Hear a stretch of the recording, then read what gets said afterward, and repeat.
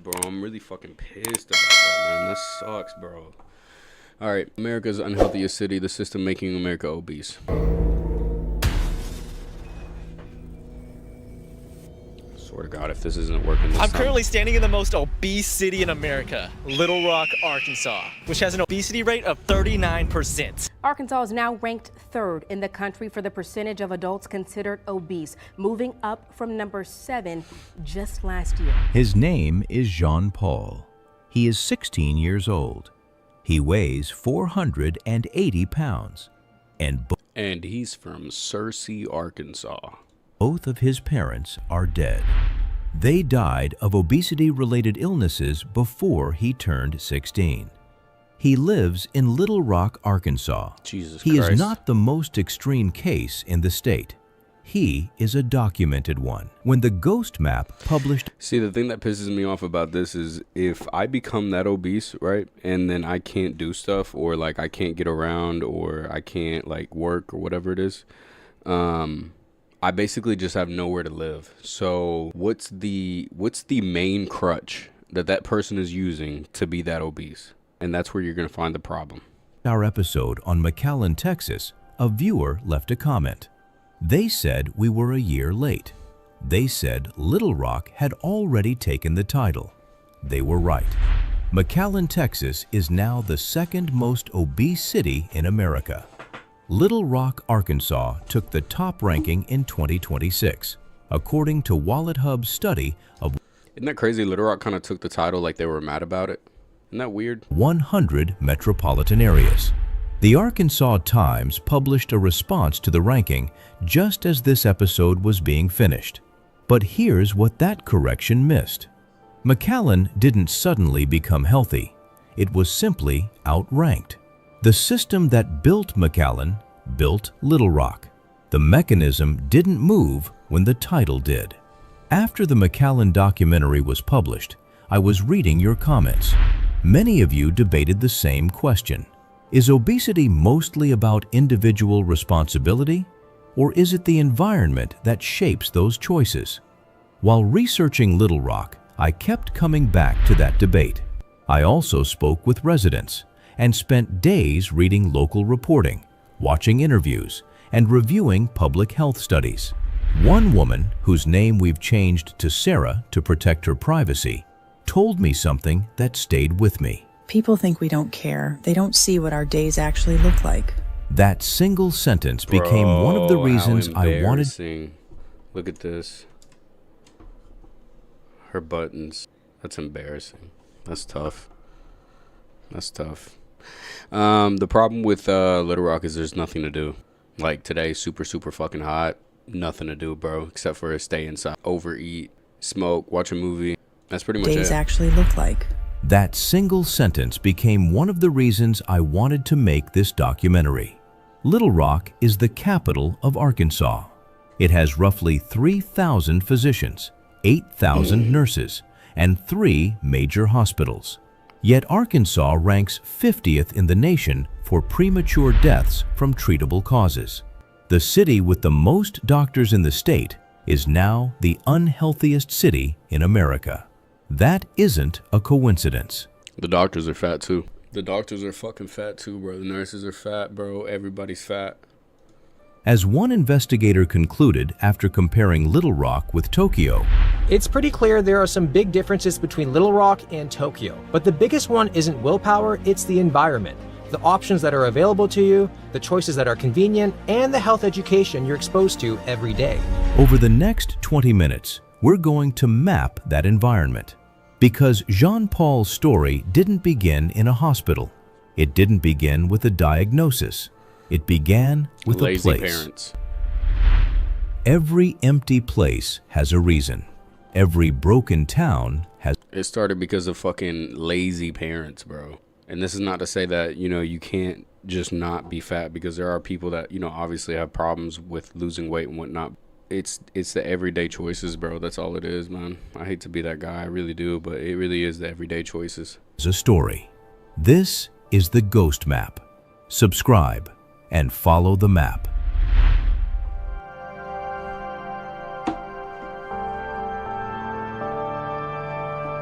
A food critic and fitness researcher named Will Tennyson spent a day in Little Rock comparing it to Tokyo, Japan, the city with one of the lowest obesity rates of any major metropolitan area in the world. He drove the city's main commercial strip.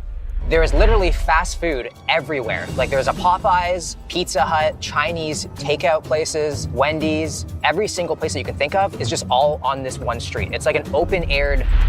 Miles of drive-thrus, every major chain imaginable, one after another.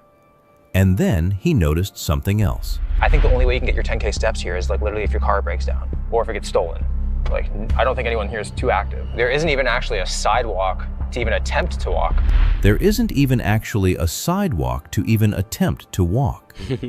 Little Rock. All right, bro. Let's do them a little dirty, bro. We got some sidewalks. We probably don't got enough sidewalks, but we got some sidewalks. Rock's walkability score is 48 out of 100 by almost every state. And we got some great hiking. So what we don't have in sidewalks, we do have in parks and stuff. Jesus Christ. Standard measurement, it's a car-dependent city. Downtown Little Rock, the state's capital, was almost empty when Will visited in the middle of the day. No pedestrian life, no foot traffic. A city center designed around vehicles arriving from somewhere else, not people living nearby. The food environment follows the same pattern. At one drive-thru, Will ordered exactly what the customer in front of him had purchased. I got a gallon of sweet tea, sir. Yeah, that sounds good. A gallon of sweet tea? A gallon of sweet tea. A standard McDonald's meal costs around $6.64 and delivers roughly 1,000 calories. For a family trying to stretch every dollar, the math is obvious. Cheap calories usually win. A worker at one of Little Rock's few healthy restaurants, City Silo, told him that the lack of sidewalks and the city's... Does it though? Because you're going to pay $6.24 for, say, a kid's meal. Say you have 2 kids, right? 2 kids, $6.24, that's $12.50. And then we got 2 adult meals, which are usually about $10. So like $30 fucking in one night. That doesn't make no sense. Car-centric design You can't save money eating fast food. That doesn't exist. shape not only how people move, but also what they eat. A local resident described the cultural side even more simply. In the South, food is like a hobby for people. You know what I'm saying? I think that's really what it is. But by the end of the day, Will reached a different conclusion. But the biggest one isn't willpower, it's the environment. The options that are available to you, the choices that are convenient, and the health education you're exposed to every day. Because when the healthy choice is also the easy choice, Little Rock has the lowest number of health educators per capita of any major American city. The options are limited. The convenient choice is often the unhealthy one. And over time, those choices stop feeling like choices at all. This isn't a failure of discipline, it's a failure of infrastructure. But the streets are only part of the story, because just a few miles away, another map was quietly being drawn, one that determined where grocery stores would exist and where they wouldn't.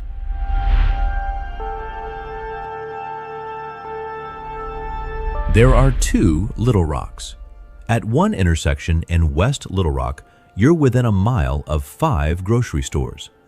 In wards 1, 2, 6, and 7, the city's lowest income neighborhoods, there isn't a single full-service grocery store within walking distance. That line wasn't accidental. It was shaped by documented decisions made by named people in named rooms. Kathy Webb served as a Little Rock city director and co-chaired the governor.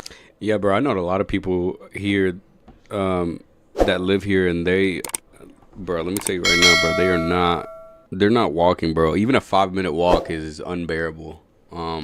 Whereas I'm not from that either, so it's weird because back home you would go you go get your bread in the morning every morning. Like my grandma still does that. You go get your bread in the morning. You store food a lot, but you don't, it's not like you're not gonna get stuff that's fresh because it's better. It's always better to get that. We're always stopping on the side of the road to like pick up some fucking avocados, mangoes, different fruits, stuff like that. Even fish, you'll just find that on the way and then have to cook it that day. Food Desert Working Group. She described what families in her districts. Bro, people here will literally bitch about a 5-minute walk. Walking is almost like embarrassing. Isn't that weird? Walking is almost like, oh, you're broke. We're living with. Most of the neighborhoods where our children come from have fast food, convenience gas stations as a primary example where they shop, or they're shopping from Dollar General. These stores, while convenient, sell mostly junk food. In January 2022, Webb proposed a 9-month moratorium on approvals for new dollar stores in Little Rock. The reasoning was straightforward. Studies showed that when dollar stores rapidly expand into low-income urban neighborhoods, full-service grocery stores often struggle to survive. The board voted yes. 1 week later, the same board reversed the vote. January 18th, the moratorium passed. January 25th, it was gone. 7 days. That same month, North Little Rock approved a $140 million Dollar General distribution center. Jesus Christ, bro. Because we were running out of Dollar Generals, bro. Thank fucking God, bro. Yeah, we were almost out of Dollar Generals. I'm so glad that they fucking signed a $140 million deal for more Dollar Generals. Soon afterward, Dollar General announced it would begin selling fresh produce in 9 Little Rock stores. Opportunities to buy fresh. 9 of them. We got 9 of them approved. And I'm pretty... let me... Produce are coming to a Dollar General near you. The company's CEO announced this morning a new concept that should provide fresh and affordable foods across the whole state. Then something else happened. A major grocery chain closed 2 of its Little Rock locations. In Dollar General's own press release, the company described what happened next. Just months later, a major grocer closed 2 of its Little Rock locations, making DG's efforts to introduce produce more impactful for the community. The company that helped create the food desert was now taking credit for partially filling it. The company that partially filled the gap left by a grocery store closure later received a business award. Meanwhile, Arkansas Governor Sarah Huckabee Sanders stood. Bro, this lady's a real fucking dumbass, bro. And I don't even like being mean to women, but this lady's a real fucking dumbass, bro. At a Dollar General event and you know what's crazy is I'm from Puerto Rico and we got a fucking other retarded lady that runs that bitch too. So every time that I swap back and forth, I vacation from and to and from. I'm just going from one dumb bitch to another, bro. Marked. It doesn't matter whether you're in the rice fields of Arkansas or the rolling hills of the Ozarks. Every single place you go in Arkansas, there's a good chance you're going to be very close to a Dollar General. The city's own chief data officer, Marquise Willis, later mapped every SNAP-accepting location in Little Rock. His conclusion was revealing. When we looked at nearly 150 locations that accepted SNAP benefits, a lot of them weren't places where we'd want residents buying groceries. Many were gas stations and dollar stores. The problem wasn't simply access to food. It was access to the right food. Vote, reversal, expansion, closure, award. Every step was documented. Every step had a date. And together, they quietly reshaped what an entire city's dinner table would look like. But if the food environment was already changing, why weren't the warning signs enough to stop it?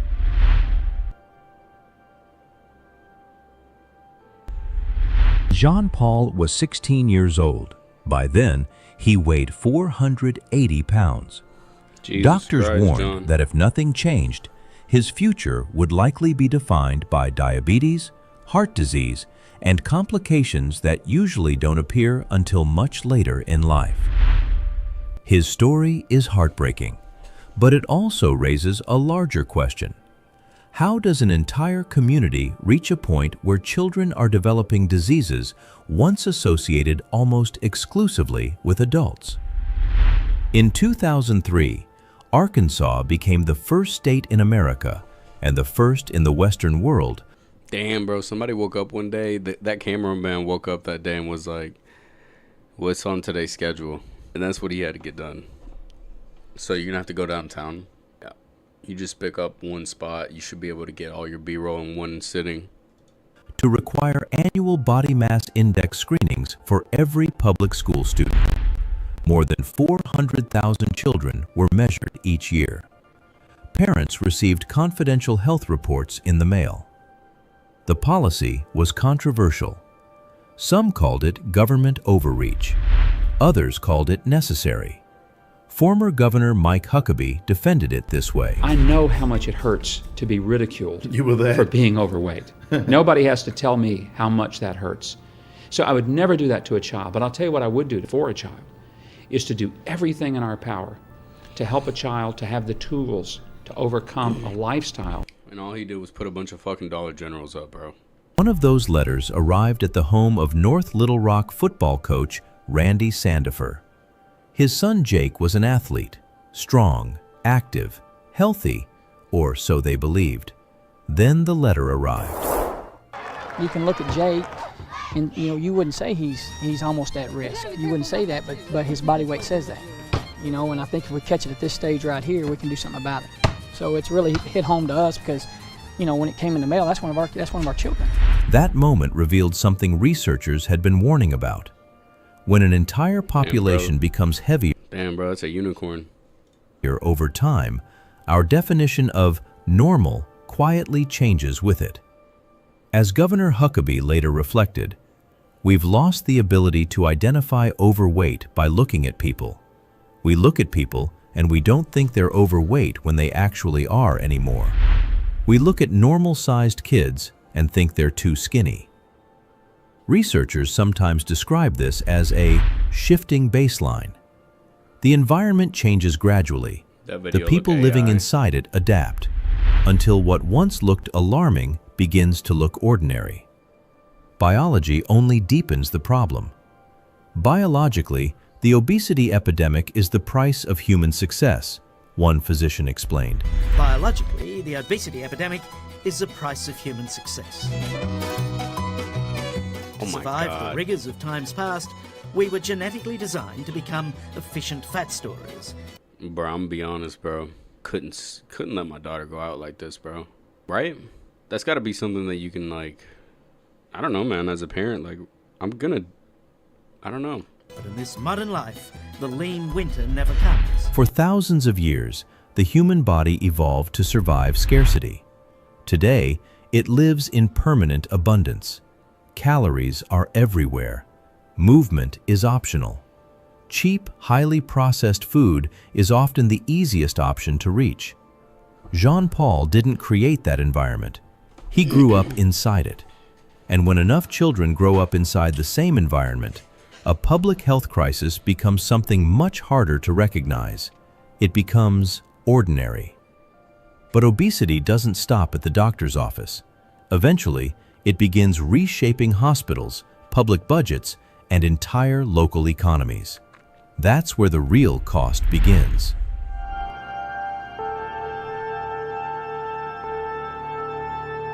He wasn't entering it alone.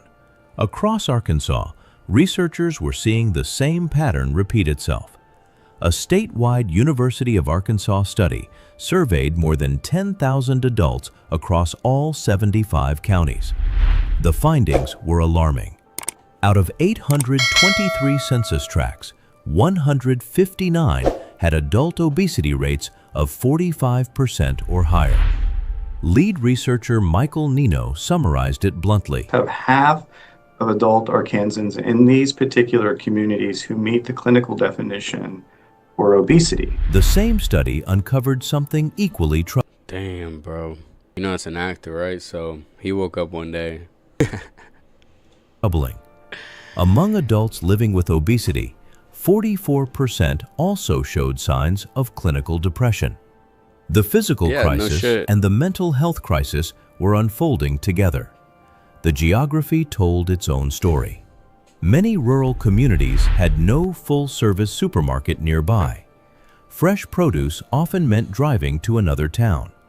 As one Arkansas reporter explained, it's not necessarily about access to food, it's also about the types of food that they have access to. It can also be because, certain areas have more economic disadvantage than others. That gap has become... I'm pretty sure it's cheaper to get fruits delivered to a Dollar General than it is to get cookies. And if it's not, that's the problem. So significant that the Arkansas Food Bank distributed 42 million pounds of food in a single year, while reshaping its entire strategy to make sure 30% of what reached local pantries was fresh produce rather than shelf-stable processed food. When charitable organizations have to redesign supply chains just to deliver fresh fruits and vegetables, it says something about the system they are trying to fill. The consequences don't stop with food. They reach hospitals, dialysis centers, heart clinics, emergency rooms. Former Governor Mike Huckabee warned that the challenge wasn't simply that people would die younger. It was what happens before that. This is a crisis. And I'm not trying to make this up and just create a crisis. It is a crisis when you see preteens being diagnosed with type 2 diabetes, knowing that these kids are not going to live out their lifespan, and the economic burden stretches far beyond individual families. Every preventable illness requires treatment. Every treatment demands staff, equipment, medication, and long-term care. In Arkansas alone, diagnosed diabetes costs an estimated $3.1 billion every year, with an additional 70,000 cases still undiagnosed. Nationally, obesity-related healthcare costs exceed $170 billion annually. The state that reversed its dollar store moratorium in 7 days and left its health educator positions unfunded is spending $3.1 billion on the back end of a problem it documented. But see, everybody knows that this is the problem. What is it like, bro, as a mayor or somebody that's running a city, bro, if I see that my state is the most obese state in the United States, maybe just make fruit more available, cut off junk food from food stamps, and then sit back and don't do anything else for 5 years and just see what happens. Measured and declined to prevent. Jean Paul's story is personal, but the bill is shared by everyone, which raises the final question. If Little Rock didn't become America's most obese city because its residents suddenly lost their willpower, then what does that say about the rest of the country? Because Little Rock isn't an exception. It may simply be a warning. It's gonna get worse, bro. He learned to drive. His future was already being shaped by the place he called home. Over the last 20 minutes, we've followed that place. The streets, the food deserts, the grocery stores that never came, the sidewalks that were never built, the policies that changed, the businesses that expanded, the biology that never had a chance to catch up. None of those things erase personal responsibility. Our daily choices matter. But choices don't happen in a vacuum. They happen inside an environment. And every environment quietly pushes people in one direction or another. When we released our documentary about McAllen, thousands of you debated exactly that. Some believed obesity is almost entirely about individual discipline. Others argued that the environment makes healthy choices far harder than they should be. After researching Little Rock, reading local reporting, public health studies, city documents, and listening to the stories of residents, I came away convinced of one thing. This debate is bigger than Little Rock. Because if the environment matters, then changing people alone will never solve the problem. And if only individual choices matter, then why do entire neighborhoods, counties, and even states develop the same health patterns generation after generation? It's because Maybe it's because the fucking goddamn cookie companies are bought the fuck off. How the fuck is this even a question? Answer lies somewhere in between. Maybe the environment shapes our choices, and our choices shape our lives. Little Rock isn't simply America's most obese city. It's a map. A map showing what can happen when infrastructure, economics, culture, education, and human behavior all point in the same direction for long enough. Now I'd like to hear from you. After everything you've seen in this documentary, where do you stand? Do you believe obesity is driven mostly by individual responsibility, mostly by the environment, or by both? And if you live in Little Rock, or in a place that feels similar, what does the food landscape around you actually look like? Share your thoughts and your... Yeah, so the problem is that this whole city is made up specifically for driving a car around. Every single place that you go into to have food at is going to be most likely a food chain. And there's about 2 to 3 different spots in the city where all of the local food places actually do hang out.